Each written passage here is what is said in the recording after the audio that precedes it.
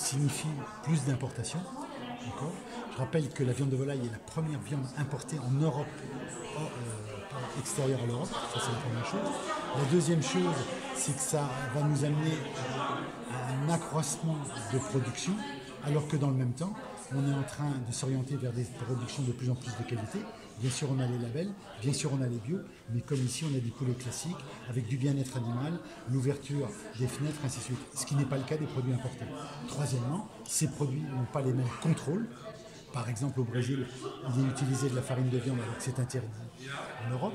Il est utilisé certains produits, comme ça a été dit lors de la réunion tout à l'heure, qui ne sont pas utilisables en France et en Europe. Il faut quand même savoir qu'aujourd'hui, un filet de poulet brésilien qui rentre en Europe est 40 à 45% moins cher qu'un filet de poulet européen, voire français. On demande au président de la République et au gouvernement de prendre ses responsabilités par rapport à ça.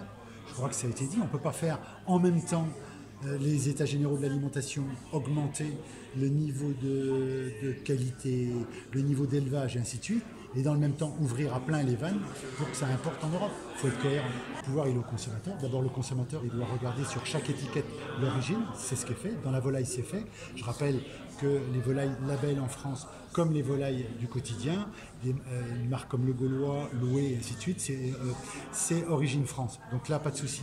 Mais il faut aussi qu'il exige, notamment en restauration hors domicile, parce que c'est le premier département qui importe dans la restauration hors domicile, puisqu'on a des importations de filets de poulet, de Pologne, du nord de l'Europe, voire du Brésil, voire de Thaïlande. Alors, en termes de quantité, aujourd'hui c'est 900 000 tonnes. Plus 180 000 tonnes, ça fait 1 80 000 tonnes. Si les Anglais sortent ce qui est prévu de l'Europe, à ce moment-là, ça fera 355 000 tonnes de plus, soit 1 500 000 tonnes. Qu'est-ce que c'est qu'1 500 000 tonnes? C'est toute la production française de volaille.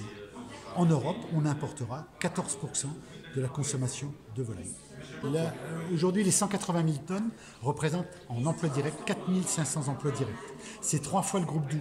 Beaucoup de gens se sont battus pour que le groupe Doux trouve un avenir et LDC y a contribué en reprenant certaines usines.